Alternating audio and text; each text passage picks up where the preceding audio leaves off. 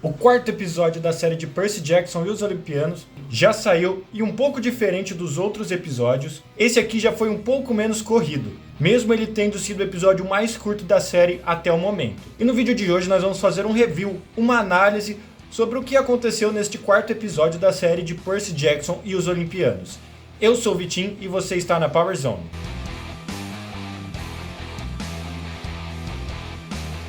O episódio começa com um flashback do Percy um pouco mais jovem, com a sua mãe numa piscina, tendo uma aula de natação para crianças. E o Percy, nesse momento, está com medo de nadar, ele tem medo da água. E a mãe dele implora para ele tentar, para ele praticar, porque aquilo seria importante para ele num futuro. E logo após isso, corta para o Percy tendo um sonho, e provavelmente essa lembrança que ele teve também faz parte do sonho dele, da voz misteriosa dos sonhos do Percy, conversando com ele mais uma vez. E aí o Percy acorda e a gente vê que eles já estão embarcados no trem que os levariam para Los Angeles. E aí o Percy acaba acordando a Annabeth, e aí a Annabeth acaba contando um pouco mais sobre a história da Thalia, de como elas eram próximas. E aí finalmente a gente começa a ver o Percy começando a ter mais respeito, mais empatia com a história da Thalia. E era isso que a gente precisava ver, porque o Percy ele realmente se importa muito.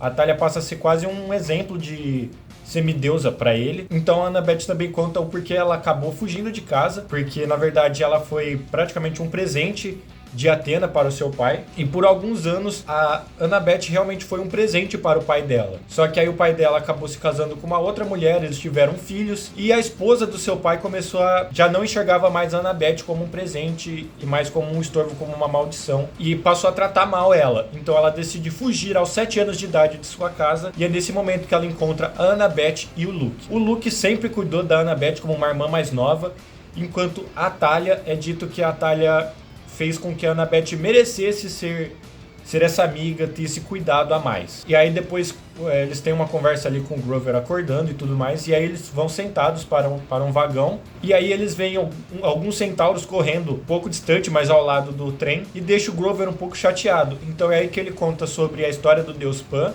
que ele está desaparecido e que muitos sátiros recebem o título de buscadores para irem atrás do deus Pan, mas que nenhum deles nunca havia encontrado, e muito menos voltado para contar a história. Aí o Grover também conta que esse é o desejo dele e que o seu tio, o tio Ferdinando, que havia sido petrificado pela Medusa, também era um buscador. E aí então aparece um policial que aborda os três perguntando o que eles haviam feito com a cabine deles. E eles não sabiam de nada, não haviam feito nada, mas a cabine estava completamente destruída. Então uma mulher diz que ouviu os vidros quebrarem e vozes de crianças. E essa mulher é a Equidna, a mãe dos monstros. E junto dela está a Quimera disfarçada de um pequeno cachorrinho numa bolsa. E o Grover percebe que na roupa dela há cacos de vidros, então eles deduzem que fora ela que havia destruído a cabine deles. E assim, eu não tô gostando muito da forma como eles estão apresentando os monstros nessa série. Os monstros literalmente estão se apresentando para o Percy, para a Annabeth, para o Grover.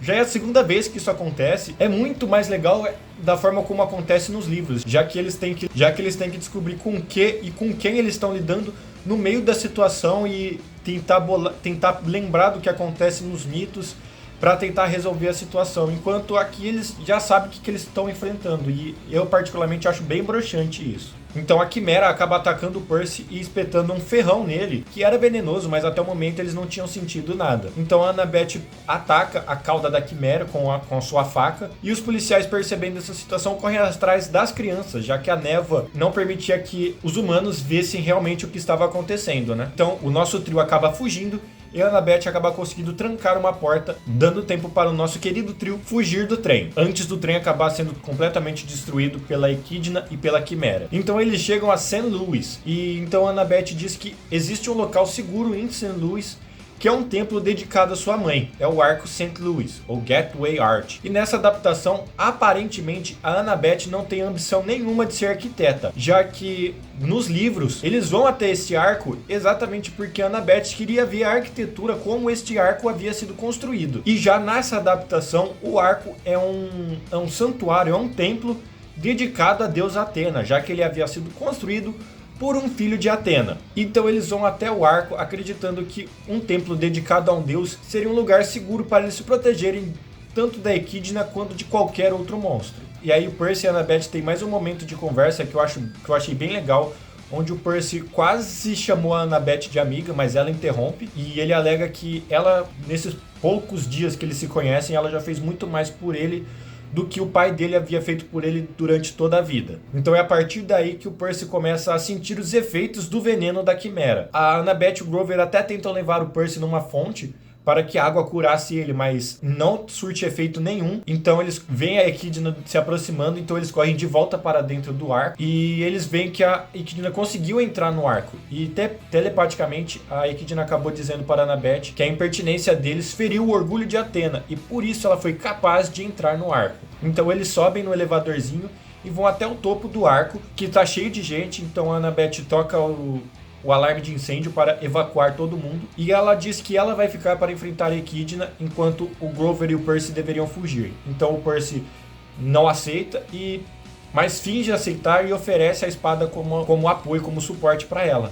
Então no momento que ela pega a espada, ele faz uma manobra e joga ela e o Grover para fora do arco e se tranca para enfrentar a Echidna e a Quimera sozinho. Ele tenta dar alguns golpes de espada na Quimera, que não surtem muito efeito, e então a Quimera dispara algumas rajadas de fogo, abrindo um buraco enorme no chão do arco. E o Percy, ainda lutando com ela, acaba caindo neste buraco e fica de pendurado. E até que ele não aguenta mais e acaba caindo. Quando ele está caindo em direção ao rio Mississippi, a água do rio sobe e meio que captura o Percy, levando ele para dentro do rio, onde provavelmente lá ele vai ser curado, e ele tem uma conversa com o espírito da água, dizendo apenas para ele se acalmar e respirar, que aquilo era a vontade do pai dele. Na história original, quando eles visitam o arco, já é à noite e o arco está quase fechando para visitas. E é por isso que o Percy acaba ficando preso lá no topo do arco com a Echidna, porque estava todo mundo indo embora e o último elevador estava lotado. Não sabia ainda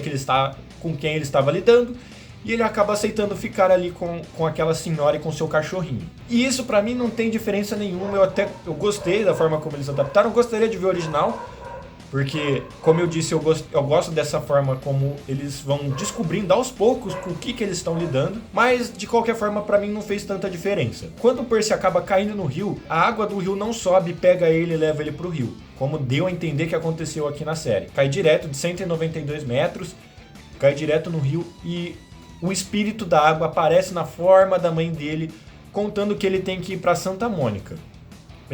Não deu para ver muito bem a forma que aquele espírito assumiu, parecia mais um véu flutuando no rio. Não deu para ver se ele assumiu que forma que ele assumiu e tudo mais. E no livro, o espírito diz para ir para Santa Mônica, que era o que o seu pai gostaria.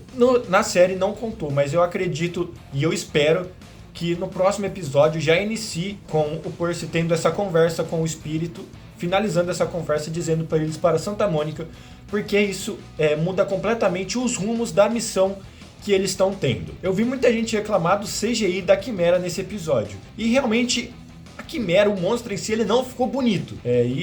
Isso eu posso deixar claro, que a Quimera ela tá realmente feia, mas dizer que os efeitos especiais estão ruins, não dá não.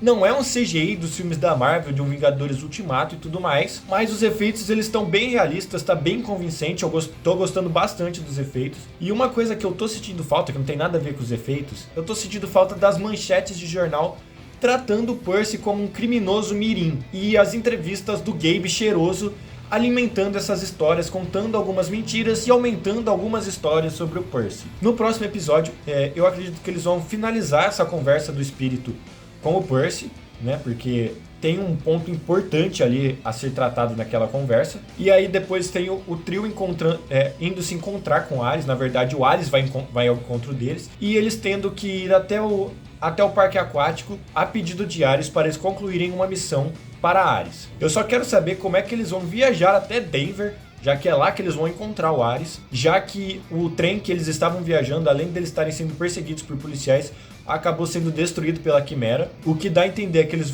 vão ter que achar algum jeito de viajar até Denver, não sei se vão comprar passagens num outro trem. Resta a gente esperar e ver o que vai acontecer na próxima semana. Então é isso, galera, esse foi o meu review do 4º episódio de Percy Jackson e os Olimpianos. Eu espero que vocês tenham gostado. Se vocês curtiram, deixa seu like. Se inscreva no canal que eu tô precisando muito. E comenta aqui embaixo o que vocês estão achando da série de Percy Jackson. Eu vou ficando por aqui e a gente se vê no próximo vídeo. Falou!